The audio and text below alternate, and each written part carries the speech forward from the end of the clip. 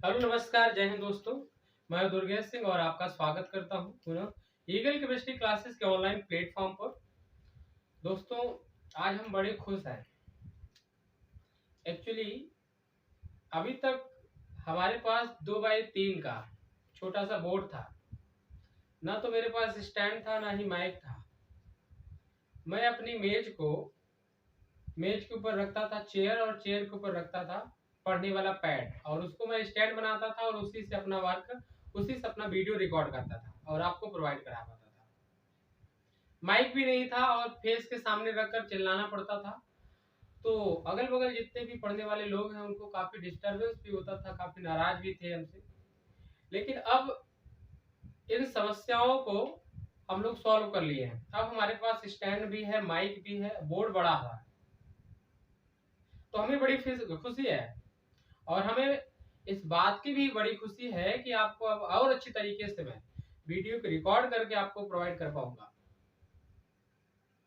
और आप सभी भी दिल लगा करके मेहनत करिए, मन लगा करके मेहनत करिए, और अपने सपने को सच और साकार और संभव बनाइए। और आपके सपने को संभव बनाने के लिए, सच बनाने के लिए हम एक बैच लॉन्च कर रहे हैं, संभव बैच। संभव बैच आपके सपने को संभव करके दिखाएगा, ये मेरा यकीन है दोस्तों। और आप सभी भी प्रण करिए कि इस संभव बैच से ही आपका सफलता तय होगा। आपका सफलता पर एक मुहर लगेगी और आप सफल होंगे जिस सपने को साकार करना चाहते हैं।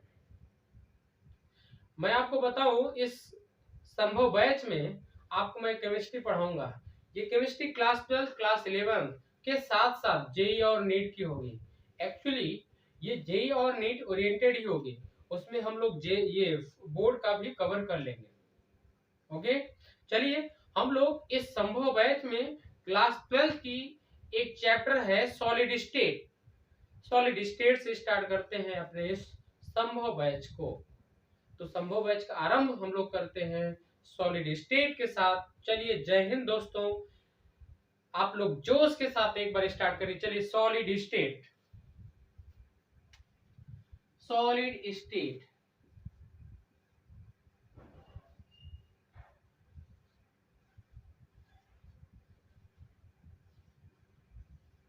सॉलिड स्टेट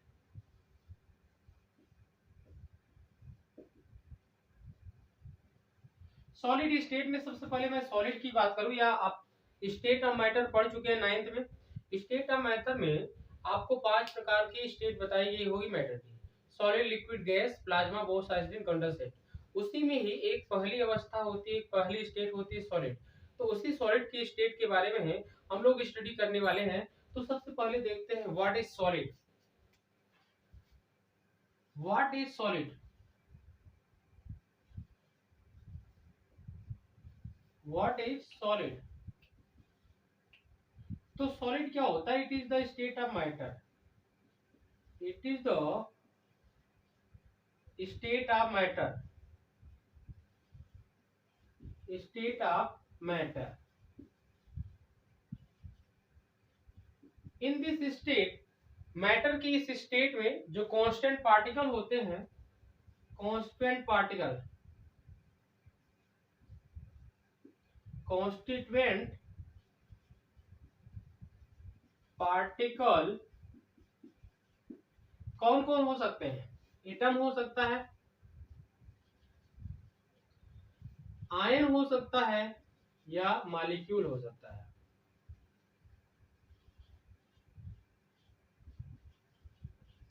ये जो कांस्टेंट पार्टिकल होते हैं, टाइटली हेल्ड होते हैं। Are constant particle are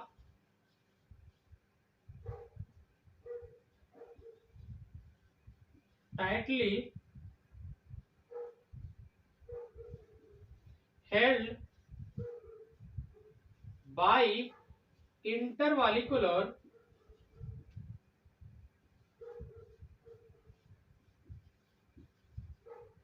force of attraction। force of attraction, intermolecular force of attraction। देखिए इंटरमॉलिक्यूलर फोर्स ऑफ अट्रैक्शन काफी तगड़ा होता है, जिसकी वजह से यहाँ पर कांस्टेंट पार्टिकल जो होते हैं दे can not move freely, can only vibrate at its mean position.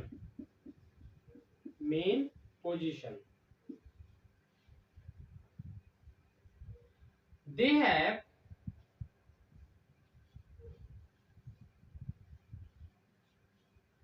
definite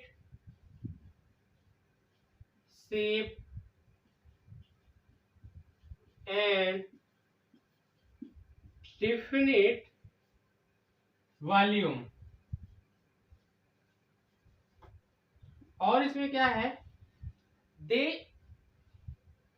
compress negligible and they diffuse negligible, मतलब यहाँ कंप्रेशन बिल्कुल नहीं होता। आपको पता है सॉलिड को अगर हम लोग कंप्रेस करना चाहें तो पता नहीं चलता ये कंप्रेस हुआ भी कि नहीं हुआ। जैसे आप किसी स्प्रे को आप मारिए, उसके बाद देखिए पूरे रूम में स्प्रे की सुगंध फैल जाती है। एक्चुअली क्या होता है, वहाँ स्प्रे जो है गैस है, तो ये गैस जो होता है पूरे के पूरे रूम में डिफ्यूज हो जाता है। लेकिन अगर आप सॉलिड को रखें, क्या वो डिफ्यूज हो जाएगा? नहीं। तो इसमें डिफ्यूजन निग्लेजिबल होता है और कंप्रेशन भी निग्लेजिबल होता है।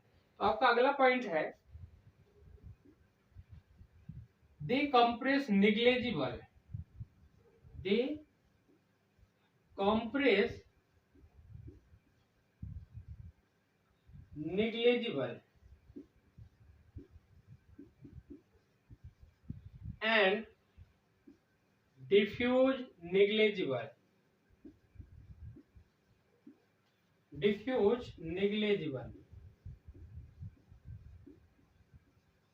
ओके।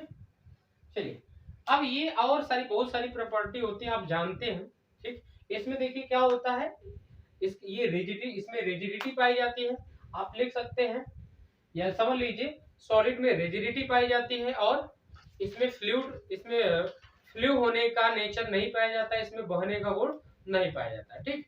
चलिए हम लोग अब देखते हैं क्लासिफिकेशन ऑफ सॉलिड। तो अगला इसमें पार्ट है classification of solid.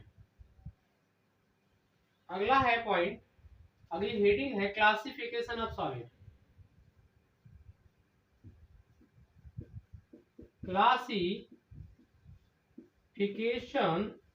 Of solid, देखिए क्लासिफिकेशन हम लोग on the basis of arrangement of constant particle करेंगे। तो on the basis of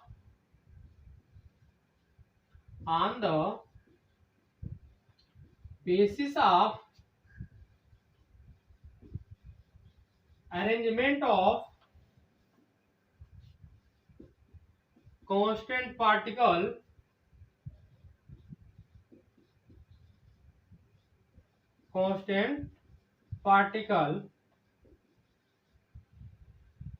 they can be classified into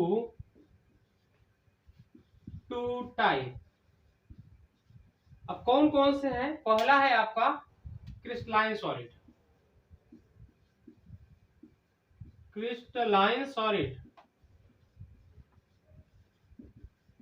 दूसरा है नॉन क्रिस्टलाइन सॉलिड,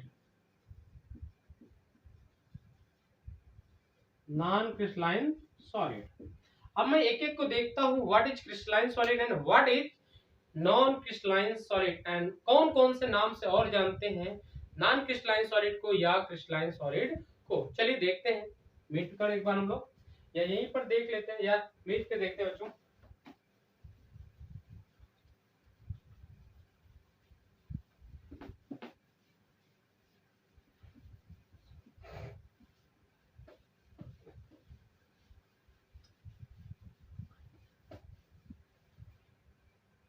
हम लोग एक तरफ लिखते हैं क्रिस्टलाइन सॉलिड, दूसरी तरफ non crystalline solid.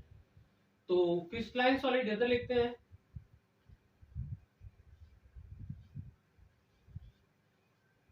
Crystalline solid,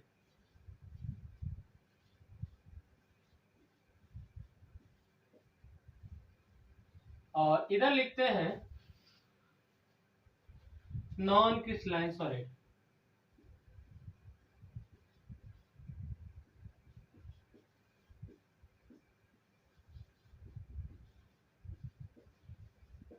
non crystalline solid,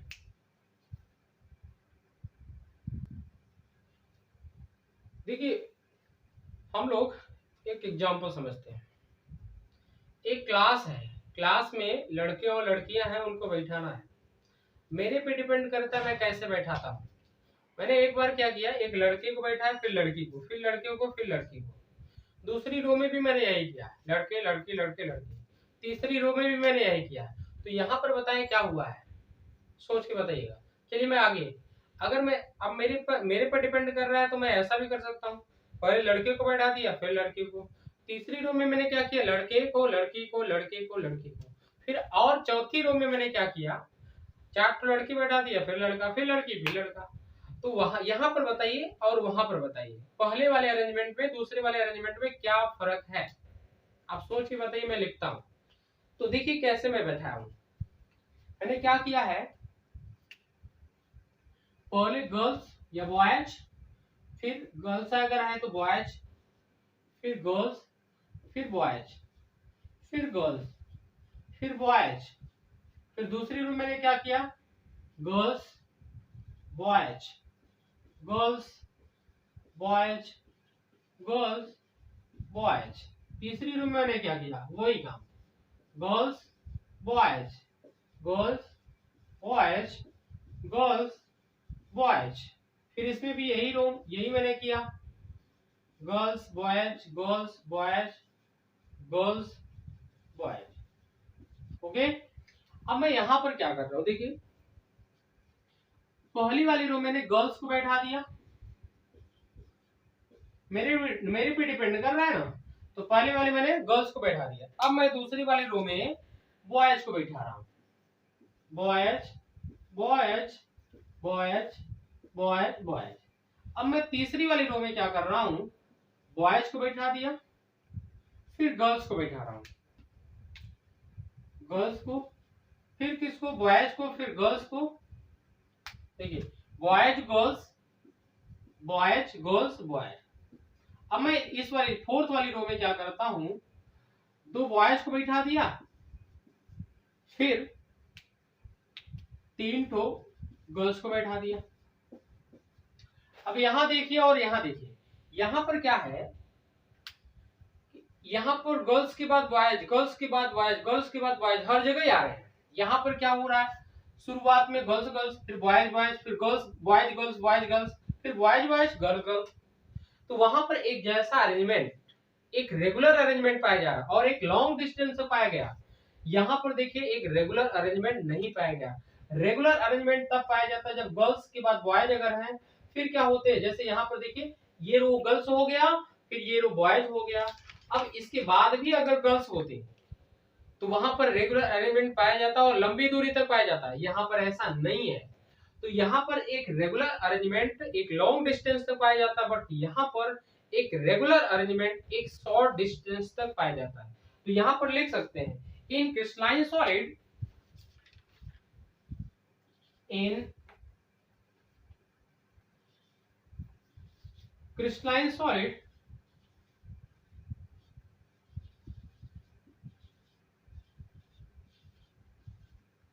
constant particle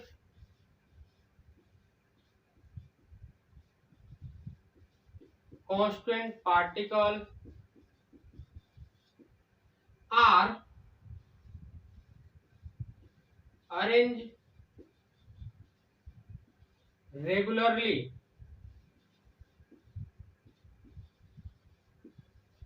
up to a long distance, अगर लॉन्ग डिस्टेंस तक एक जैसा या एक रेगुलर अरेंजमेंट पाया जा रहा है, तो आप बोल सकते हैं यहाँ पर कि यहाँ पर पाया जाता है लॉन्ग रेंज ऑर्डर, यहाँ पर पाया जाता है लॉन्ग रेंज ऑर्डर। यहां पर एटम जो है या कांस्टेंट पार्टिकल जो है रेगुलर अरेंजमेंट में है। कैसे अरेंजमेंट में है? रेगुलर अरेंजमेंट पाया गया है। और देखिए यहां पर बात कर लेते हैं क्रिस्टलाइन सॉलिड में। अच्छा, एक बात मैं पहले और बताना चाहूंगा, नॉन क्रिस्टलाइन सॉलिड को एमॉर्फस सॉलिड भी बोलते हैं। It is also known as amorphous solid. Amorphous solid, amorphous solid actually एक ग्रीक वर्ड है। ग्रीक वर्ड है, ये ग्रीक वर्ड ओमार्फो से लिया गया है, जिसका मीनिंग होता है शेपलेस। मीनिंग होता है इसका शेपलेस, मतलब जिसका कोई शेप न हो। तो यहां पर क्या लिख सकते हैं, जैसे ये डिफिनेशन लिखे ना, in crystalline solid constant particle are arrange regularly up to a long distance. तो यहां पर क्या लिख सकते हैं, इन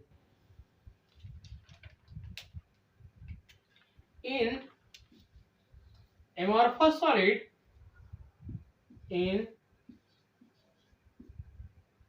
amorphous solid constituent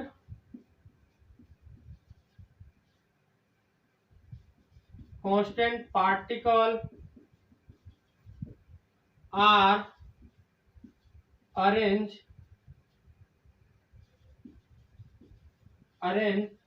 regularly up to a very short distance। इसका मतलब क्या हुआ, यहां पर जो अरेंजमेंट पाया जा रहा है वेरी शॉर्ट रेंज अरेंजमेंट है। तो आप बोल सकते हैं दूसरे पॉइंट पे वेरी या शॉर्ट रेंज ऑर्डर यहां पाया जाता है। तो कैसा ऑर्डर पाया जाएगा, शॉर्ट रेंज ऑर्डर पाया जाएगा यहाँ पर। और तीसरा पॉइंट क्या है, रेगुलर अरेंजमेंट। यहाँ इरेगुलर अरेंजमेंट होता है, इरेगुलर अरेंजमेंट। अगला पॉइंट क्या है, अगला पॉइंट है इसे बोलते हैं ट्रू सॉलिड। इसे बोलते हैं ट्रू सॉलिड, वास्तविक ठोस। एक्चुअली मैं आपको बताऊं तो जो नेचर में एग्जिस्ट करते हैं सॉलिड वो क्रिस्टलाइन सॉलिड होते हैं, इसीलिए क्रिस्टलाइन सॉलिड को ट्रू सॉलिड भी कहते हैं। इसको बोला जाता है pseudo solid.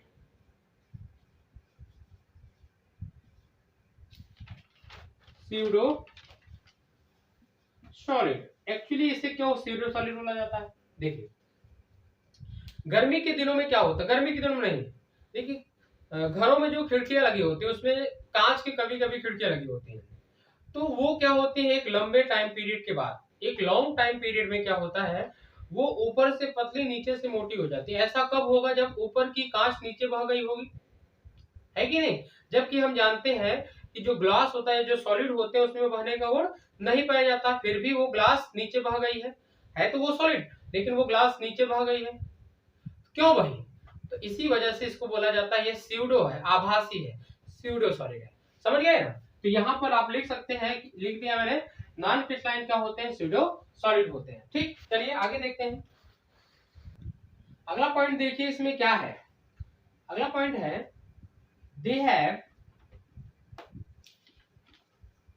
they have definite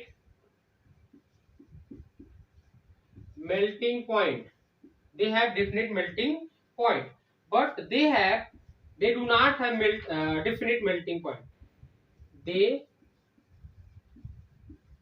do not have definite melting point. इसका मतलब समझ जाइए आप लोग, यहां पर फिक्स मेल्टिंग पॉइंट, जैसे आप देखिए आयरन, लोहा, गोल्ड, सिल्वर, इन सब की मेल्टिंग पॉइंट फिक्स होती है कि नहीं, लेकिन आप बात करें प्लास्टिक की, तो प्लास्टिक की मेल्टिंग पॉइंट फिक्स नहीं होती। क्यों? आप जो थैला होता है प्लास्टिक का जिसमें आप सब्जी ले आते हैं, और आप कुकर है, कुकर में जो हत्था होता है उसमें भी प्लास्टिक लगी होती है। अब देखिए दोनों का मेल्टिंग पॉइंट अलग अलग है तो दोनों प्लास्टिक ही, लेकिन दोनों का मेल्टिंग पॉइंट अलग अलग है। कोई और प्लास्टिक ले लीजिए, उसका मेल्टिंग पॉइंट कुछ और होगा। तो मेल्टिंग देखिए प्लास्टिक तो है सभी, लेकिन मेल्टिंग पॉइंट सभी का अलग अलग। तो क्या मेल्टिंग पॉइंट फिक्स हुआ? नहीं ना। एक रेंज है कि नहीं, एक रेंज में है कि नहीं, कि इसके जैसे 100 से जो है या 50 से 60 के बीच बॉइलिंग पॉइंट होगा प्लास्टिक का। बात समझ में आया ना? तो यहाँ पर डिफरेंट मेल्टिंग पॉइंट ना हो करके एक रेंज में होती है, 10 से 20 या 40 से 50 जो भी है। समझ आया ना? चलिए अगला पॉइंट इसमें क्या है, अगर आप क्रिस्टलाइन सॉलिड को काटेंगे एक सतह मिलेगी, एक चिकनी सतह मिलेगी, लेकिन अगर नॉन क्रिस्टलाइन सॉलिड को काटेंगे तो खुरदुरी सतह मिलेगी। तो आप लिख सकते हैं यहां पर they can be cut, they can be cut with a sharp plane. But यहां पर क्या होगा, they can not be cut, they can not be cut, sorry, they cannot be cut sharply, yeah, they cannot be cut with a sharp, with a sharp plane। इसको काटेंगे अगर आप तो एक क्या होगा, एक खुरदुरा प्लेन मिलेगा। समझ में? आप लोग ध्यान दीजिएगा, इसको लिखते रहिएगा, क्योंकि आपको लिखने का आप एक्चुअली है लाइव वीडियो तो है नहीं, ये रिकॉर्डेड वीडियो है। तो आप लोग क्या करिए, आप वीडियो पॉज करके लिखते जाइएगा, ठीक। एक नोट्स प्रॉपर जब आपके पास रहेगा तभी आप रिवाइज कर पाएंगे, तभी आपको देखिए आपका नोट्स जो है जितना समझ में आएगा वो किसी और का नोट समझ में नहीं आएगा। तो आप प्रॉपर नोट्स बनाते रहिएगा, ठीक। और आपका नोट्स देखिए क्या है, आप बोल सकते हैं कि हर कई चीजों को मैंने कई किताबों को पढ़ करके ये नोट्स बनाया है, और वही नोट्स आपको मैं प्रोवाइड कर रहा हूँ कि ये नोट्स परफेक्ट नोट्स है, इसमें किसी भी प्रकार की मेरे अकॉर्डिंग कमी नहीं। और आप दूसरे नोट्स को भी मिला लीजिएगा, अगर इसमें कमियां मिलेंगी तो हमें बताइएगा, ठीक। चलिए हम लोग आगे देखते हैं।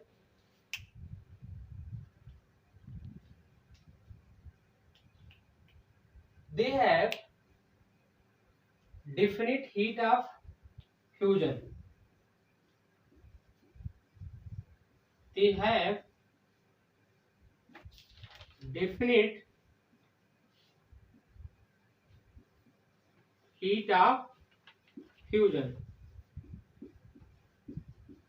देखिए अगर मेल्टिंग पॉइंट इसकी निश्चित है, डेफिनेट है, तो हीट ऑफ फ्यूजन भी क्या होता है, वही तो होता है। जितनी हीट देनी पड़ती है उसको मेल्ट होने के लिए किसी भी सॉलिड को, वही हीट ऑफ फ्यूजन होता है। अगर उसका मेल्टिंग पॉइंट फिक्स है तो हीट ऑफ फ्यूजन भी डेफिनेट होगा। बट यहाँ पर बात करें तो इसका हीट ऑफ फ्यूजन जो होता है वो डेफिनेट नहीं होता है। ओके, चलिए एक इसमें इंपॉर्टेंट पॉइंट है, इसको मैं मिटता हूँ फिर उसके बाद करता हूँ, ठीक। चलिए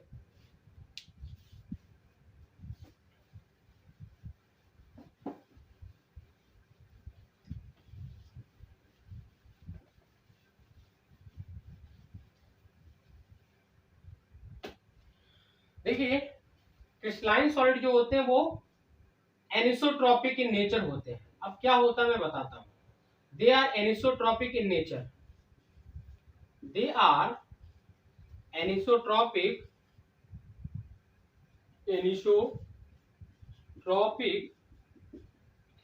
इन नेचर,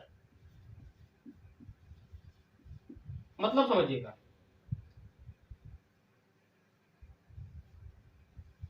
देखिए मैं यहां पर कांस्टेंट पार्टिकल बना रहा हूं, आप इससे भी समझ सकते हैं, मैं इससे भी समझा देता हूं आपको। बॉयज गर्ल्स से नहीं समझना चाहते इससे देखिए, यहां पर मैं एक तो ब्लैक कर देता हूं, एक ऐसे ही ब्लैंक है। क्या करिए आप इस डायरेक्शन में चलें, फिर क्या करें, इस डायरेक्शन में चलें। आप जब इस डायरेक्शन में चलेंगे पहले क्या मिलेगा, ये वाला सर्कल मिलेगा, फिर ये, तो अलग अलग अल्टरनेट क्रम में मिल रहा है, लेकिन इधर चलेंगे तो सभी क्या है, सेम है। इस डायरेक्शन में चलने पर सेम मिल रहा है, इस डायरेक्शन में चलने पर डिफरेंट मिल रहा है। तो कुछ ऐसी प्रॉपर्टी होती है किसी भी क्रिस्टलाइन सॉलिड की, या क्रिस्टलाइन सॉलिड की कुछ ऐसी प्रॉपर्टी होती है जो डिफरेंट डायरेक्शन में चलने पर डिफरेंट होती है। उन्हीं प्रॉपर्टी को बोलते हैं एनिसोट्रॉपिक प्रॉपर्टी। और ऐसे सॉलिड जिसमें ये प्रॉपर्टी पाई जाती है उनको बोलते हैं एनिसोट्रॉपिक सॉलिड या एनिसोट्रॉपिक इन नेचर। तो आपको मैं बताना चाहता हूं, यहाँ एनिसोट्रॉपिक जो वर्ड है एक्चुअली इसका मतलब क्या होता है, different property in different direction, different property in different direction, मतलब अलग अलग डायरेक्शन में चलने पर प्रॉपर्टी आपकी अलग अलग। मतलब अगर आप ये आपका है क्रिस्टलाइन सॉलिड है, इस क्रिस्टलाइन सॉलिड में आप इस डायरेक्शन में चलेंगे तो आपको जो फिजिकल प्रॉपर्टी है वो क्या मिलने वाली है, डिफरेंट फिजिकल प्रॉपर्टी। और इस डायरेक्शन में चलेंगे तो यहाँ पर भी क्या मिलेंगी, मतलब जो इस डायरेक्शन में मिलेंगी वो इस डायरेक्शन में नहीं मिलेंगे, तो यहाँ पर भी डिफरेंट फिजिकल प्रॉपर्टी मिलेगी। अब ऐसी कौन कौन सी प्रॉपर्टी है जो डिफरेंट मिलती है या जो डिफरेंट होती है, उन्हीं प्रॉपर्टी को एनिसोट्रॉपिक प्रॉपर्टी बोला जाएगा। तो आपको मैं बताऊं तो thermal conductivity, electrical conductivity, refractive index, ये तीन प्रॉपर्टी, बहुत सारी ऐसी प्रॉपर्टी, मैं तीन एग्जांपल बता देता हूं। कौन कौन, थर्मल कंडक्टिविटी,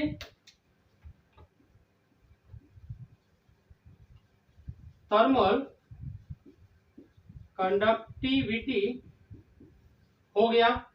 इलेक्ट्रिकल कंडक्टिविटी भी हो सकती है, रिफ्रैक्टिव इंडेक्स हो सकता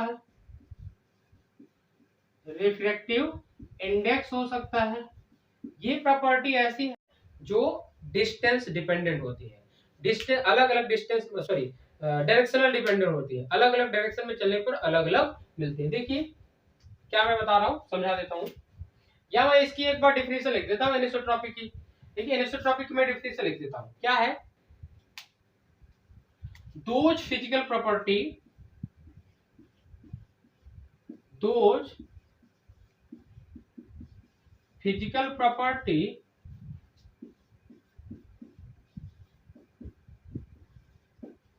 which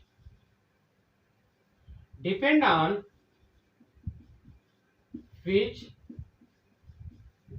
on directional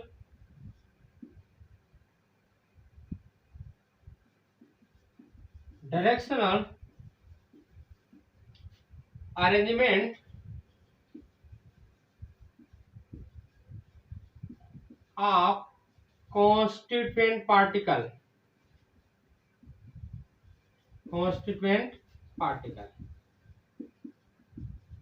ओके। चलिए अब मैं बात करता हूं एनिसोट्रॉपिक के बाद आइसोट्रॉपिक। क्रिस्टलाइन सॉलिड आपके एनिसोट्रॉपिक होते हैं, नॉन क्रिस्टलाइन सॉलिड एनिसोट्रॉपिक नहीं बल्कि आइसोट्रॉपिक होते हैं। क्या होते हैं, आइसोट्रॉपिक। तो नॉन क्रिस्टलाइन सॉलिड मतलब दे आर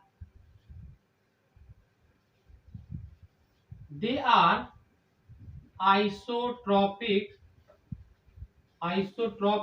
इन नेचर। अच्छा, आइसोट्रॉपिक का मतलब क्या होता है, सेम प्रॉपर्टी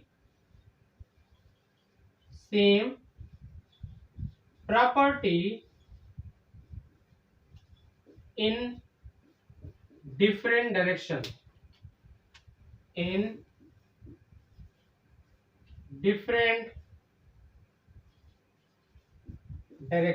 मतलब समझ लाइए, मैं आपको एक इमार्फस सॉलिड बनाता हूं,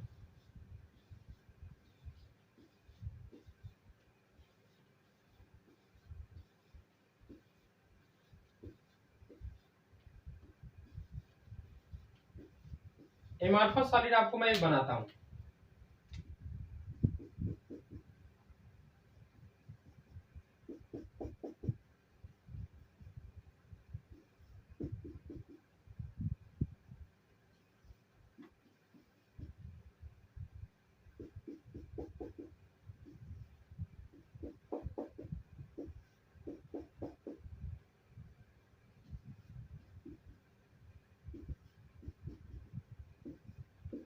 ये है अमॉर्फस सॉलिड, कोई अरेंजमेंट फिक्स नहीं है।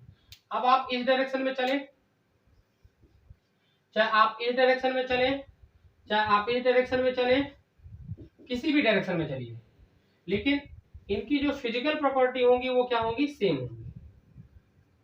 जैसे यहाँ पर ये आपका thermal conductivity, electrical conductivity, refractive index अलग अलग डायरेक्शन में अलग अलग था, बट यहाँ पर क्या होगा, यहाँ पर आपका चाहे थर्मल कंडक्टिविटी हो, चाहे इलेक्ट्रिकल कंडक्टिविटी हो, चाहे रिफ्रैक्टिव इंडेक्स हो, ये तीनों ही प्रॉपर्टी चाहे इधर चले, चाहे इधर चले, चाहे इधर चले, हर एक डायरेक्शन में चलने पर सेम मिलेंगी। इसी वजह से आपका जो नॉन क्रिस्टलाइन सॉलिड होता है वो एनिसोट्रॉपिक न होकर आइसोट्रॉपिक होता है। ठीक, चलिए एक बात और मैं बताना चाहता हूँ। अब यहाँ पर एक बात क्या है, मैं देखिए इसको मिटाता हूँ फिर बताता हूँ। नॉन क्रिस्टलाइन सॉलिड जो होता है, नॉन क्रिस्टलाइन सॉलिड जो होता है इसे एक नाम से और जानते हैं, सुपर कोल्ड लिक्विड। तो they are also known as super cold liquid, super cold liquid. अब इसे सुपर कोल्ड लिक्विड क्यों कहते हैं देख लीजिए। एक्चुअली आपको मैं एक एग्जांपल बताता हूं, क्वार्ट्ज। क्वार्ट्ज का क्या होता है, SiO2 सॉलिड होता है, सिलिका सॉलिड होता है। जब आप इसे हीट करते हैं, जब आप इसे हीट करते हैं, हीट करने के बाद रैपिड कूल करिए, रैपिड का मतलब डायरेक्टली बहुत तेजी से कूल करिए, क्या होता है, ये क्वार्ट्ज बदल जाता है सिलिका ग्लास में, सिलिका ग्लास में। अभी भी यहाँ पर SiO2 सॉलिड है, ये भी अभी भी SiO2 सॉलिड ही है, लेकिन यहाँ पर नेचर बदल जाता है बच्चों। ये आपका है क्वार्ट्ज क्रिस्टलाइन सॉलिड है, ये आपका है क्रिस्टलाइन सॉलिड, बट ये आपका सिलिका ग्लास क्या हो जाता है, एमॉर्फस सॉलिड हो जाता है, एमॉर्फस सॉलिड हो जाता है। ओके, तो अगर हम किसी भी क्रिस्टलाइन सॉलिड को गर्म करें और उसको रैपिड मतलब सुपर कोल्ड कर दें, बड़ी तेजी से ठंडा कर दें, तो वो आपका क्रिस्टलाइन सॉलिड किस में कन्वर्ट हो जाएगा, एमॉर्फस सॉलिड में। तो क्या amorphous solid super cold liquid हुआ कि नहीं हुआ, समझ आया कि नहीं। सुपर कोल्ड लिक्विड क्यों कहते हैं, स्यूडो सॉलिड क्यों बोला गया, समझ में आ गया था, क्योंकि अगर सॉलिड की बात करें तो वो बहने का गुण इसमें नहीं पाया जाता, लेकिन एमॉर्फस सॉलिड ऐसे होते हैं जो जिसमें बहने का गुण पाया जाता है। वही खिड़की में जो ग्लास लगी तो उसका एग्जांपल देखे थे ना। ठीक, ये हुआ बच्चों आपका क्रिस्टलाइन सॉलिड और एमॉर्फस सॉलिड। अब मैं इसमें एक एक एग्जांपल, दो दो तीन तीन एग्जांपल बता देता हूं, फिर इसके बाद हम लोग पढ़ेंगे क्रिस्टलाइन सॉलिड का क्लासिफिकेशन। चलिए एग्जांपल देखते हैं। क्रिस्टलाइन सॉलिड की मैं बात करूं, इसका एग्जांपल ऑल मेटल, जितने भी मेटल हैं, आप JDNS ले लीजिए, जिंक सल्फाइड ले लीजिए, NaCl ले लीजिए, आप Na2CO3 ले लीजिए, कुछ भी ले लीजिए, ये क्या होते हैं, क्रिस्टलाइन। अब मैं एमॉर्फस की बात, यहाँ पर क्वार्ट्ज भी ले सकते हैं आप, क्वार्ट्ज भी ले सकते हैं। अब मैं एमॉर्फस सॉलिड का एग्जांपल बताता हूँ, जैसे रबर सुने हो आप ना, ये सिलिका ग्लास, पहली बात तो सिलिका ग्लास,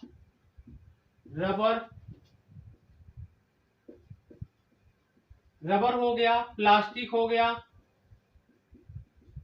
एटसेट्रा, ऐसे बहुत सारे। ठीक, चलिए हम लोग अब इसके बाद क्या देखते हैं, crystalline solid.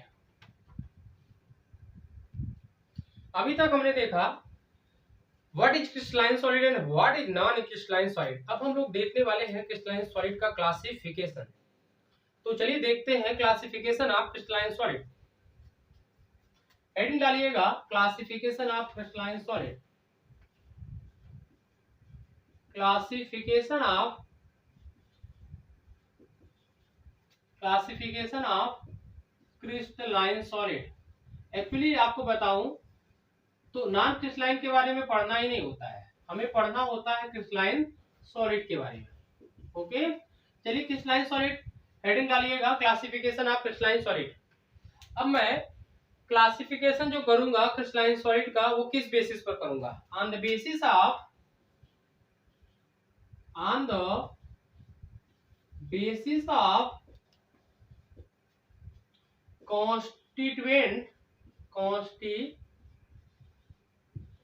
constituent particle and force acting between them. It can be classified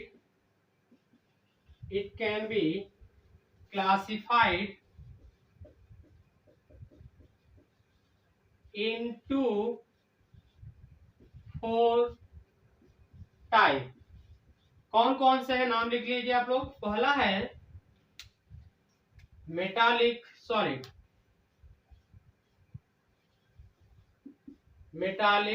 solid, दूसरा लिखिएगा मॉलिक्यूलर सॉलिड, तीसरा लिखिएगा आयनिक सॉलिड,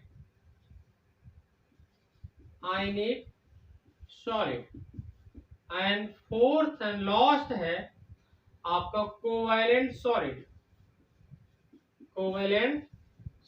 इसको आप नेटवर्क सॉलिड भी बोलते हैं। नेटवर्क सॉलिड क्यों बोलते हैं मैं बताता हूं आपको, नेटवर्क सॉलिड भी कहेंगे। ओके, चलिए हम लोग एक बार अब देखते हैं अलग अलग से, what is metallic solid, what is molecular solid, ionic solid, covalent solid, एक एक को पढ़ते हैं। तो सबसे पहले हम लोग पढ़ते हैं मेटालिक सॉलिड। हेडिंग डालिएगा मेटालिक सॉलिड।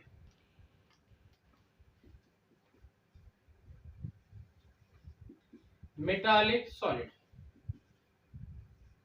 हम लोग किस बेसिस पर क्लासिफाई कर रहे हैं बच्चों? On the basis of constant particle and force acting between them. इन मतलब उस सॉलिड का कौन सा कांस्टेंट पार्टिकल है, कांस्टेंट पार्टिकल कौन है वो आप पहचानिए। मतलब हर एक सॉलिड के बारे में आपको पहले पता होना चाहिए, इनकी कांस्टेंट पार्टिकल क्या है और उनके बीच किस प्रकार का फोर्स एक्ट कर रहा है। दो चीजें जानेंगे आप, दो चीजें अगर जान जाएंगे तो और चीजें ऑटोमेटिक आपको पता चल जाएगी। ओके, तो आपको सबसे पहले मेटालिक सॉलिड में पढ़ाने जा रहा हूं, तो बताइए मेटालिक सॉलिड का कांस्टेंट पार्टिकल क्या होगा? कांस्टेंट पार्टिकल क्या होगा?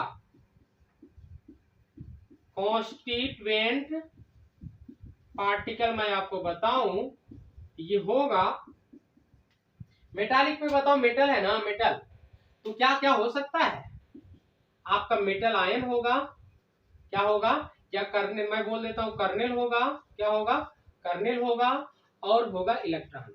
अब ये कर्नेल क्या होता है, कर्नेल क्या होता है सर मैं बताता हूं ना, और ये इलेक्ट्रॉन कैसा होगा और इनके बीच किस प्रकार का फोर्स वर्क कर रहा होगा।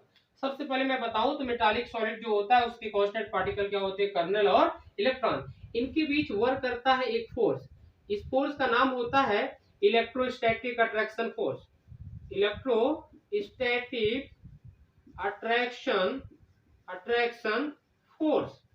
और ये कर्नेल क्या होता है सर? चलिए बताते हैं। कर्नेल क्या होता है? यह मेटल आयन होता है, क्या होता है? मेटल आयन होता है या पॉजिटिव चार्ज आयन होता है। क्या होता है? पॉजिटिव चार्ज आयन होता है, चार्ज आयन हो सकता है। बात समझ में आएगी नहीं? चलिए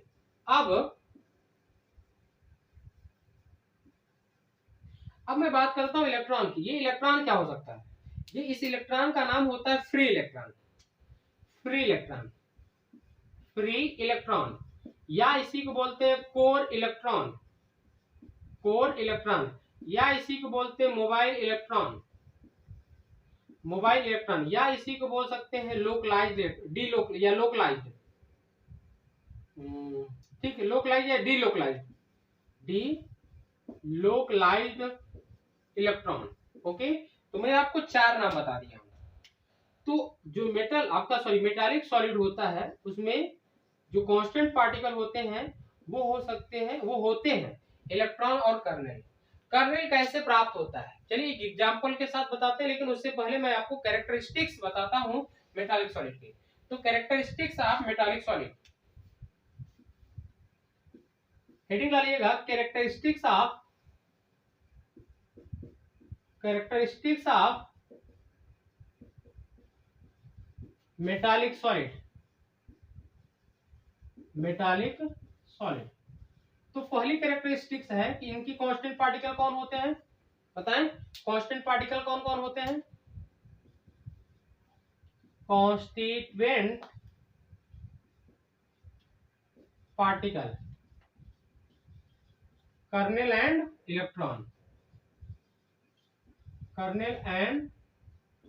इलेक्ट्रॉन। ओके, दूसरा point, they have high melting point,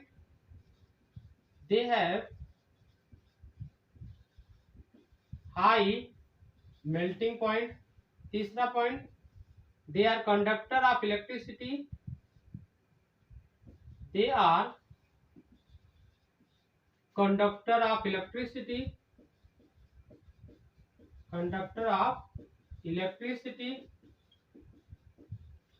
in solid as well as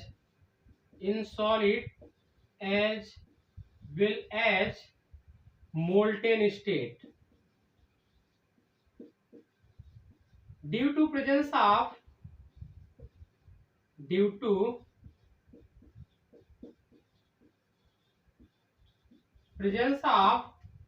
free electron, इसमें एक्चुअली फ्री इलेक्ट्रॉन होते हैं।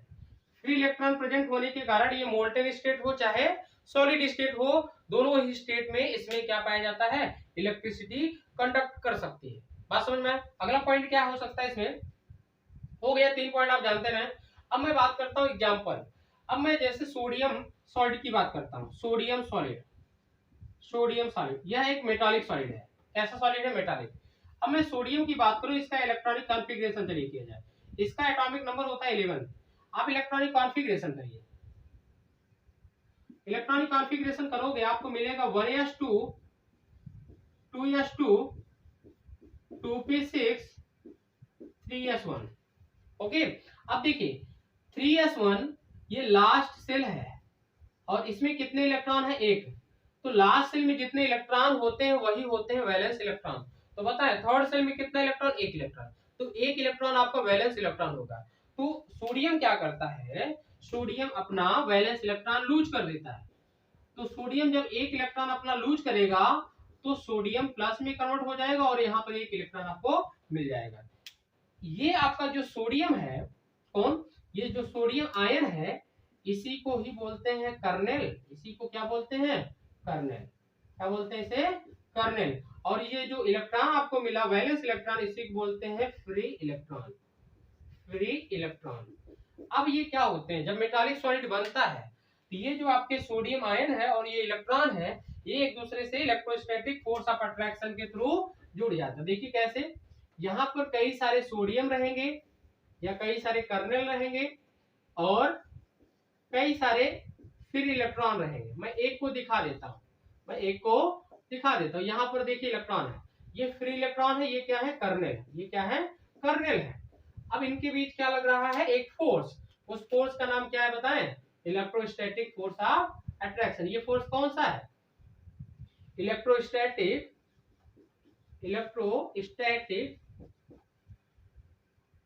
Force of attraction.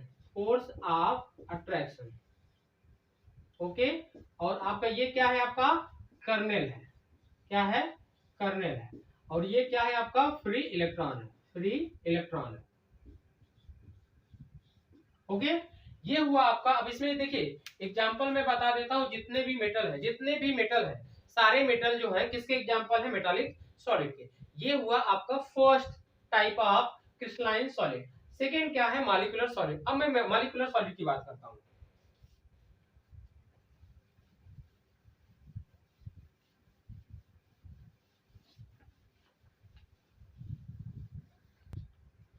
चलिए अब इसके बाद हम लोग मॉलिक्यूलर सॉलिड, इसके बाद आयनिक सॉलिड, कोवेलेंट सॉलिड को हम लोग अगले वीडियो में पढ़ते हैं। इस वीडियो को बच्चों पढ़ लीजिएगा, अगर एक बार में नहीं समझ में आता है तो 2 बार पढ़िएगा। एक्चुअली मैं बताऊं कि ये उतना ज्यादा इंपॉर्टेंट नहीं है, एक्चुअली ये थियोरेटिकल पार्ट है, इससे क्वेश्चन आ जाते हैं कभी कभी। तो किस तरीके से क्वेश्चन आते हैं, मैं क्वेश्चन अगले हो सकता है अगले वीडियो में या उसके अगले वीडियो में बताऊंगा।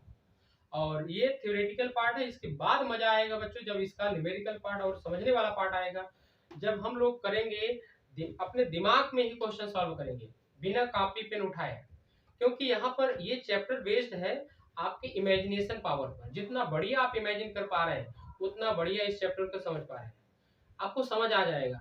बस थोड़ा सा इंतजार करिए, बस 1 से 2 लेक्चर। चलिए इसके बाद हम लोग, चलिए आज के बाद हम लोग अगले वीडियो में मिलते हैं कुछ नए टॉपिक के साथ। धन्यवाद बच्चों।